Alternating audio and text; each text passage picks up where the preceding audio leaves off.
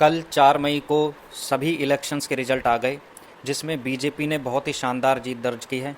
Specially पश्चिम बंगाल में, जहां BJP पहली बार आई है और आई भी इतने धुआंधार तरीके से है कि पिछले अगले सारे रिकॉर्ड बीजेपी ने तोड़ दिए हैं। बीजेपी को यहां 207 सीटें मिली हैं 294 सीटों में से, और तृणमूल कांग्रेस ममता दीदी की वो केवल 80 सीटों पर सिमट कर रह गई है। ममता बनर्जी खुद भवानीपुर से शुभेंदु अधिकारी के सामने हार गई हैं। अब उनका पॉलिटिकल करियर भी खतरे में है। वहीं दूसरी तरफ अगर अन्य राज्यों को देखें तो तमिलनाडु और केरल ऐसे राज्य हैं जहां बीजेपी ने सीट जीती हैं। तमिलनाडु में एक्टर विजय की पार्टी टीवीके, उसने 108 सीटें जीती हैं 234 सीटों में से। डीएमके को 59 सीटें मिली हैं और एआईएडीएमके को 47 सीटें मिली हैं।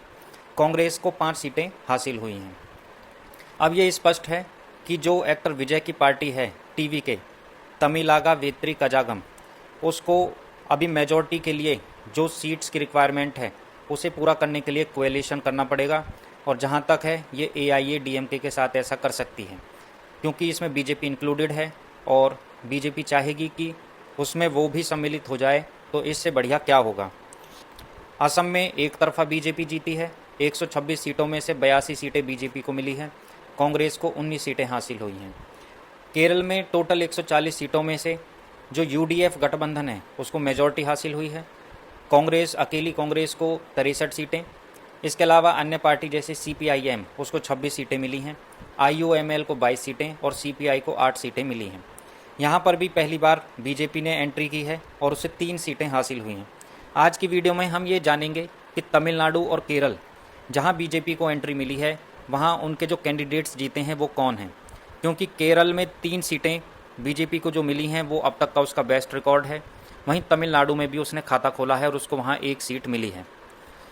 तमिलनाडु में उद्दगम मंडलम यानी ऊटी जगह से भोजाराजन एम नाम के बीजेपी के कैंडिडेट जीते हैं और वो कुल 976 वोटों से जीते हैं। बीजेपी के लिए बहुत बड़ी उपलब्धि है।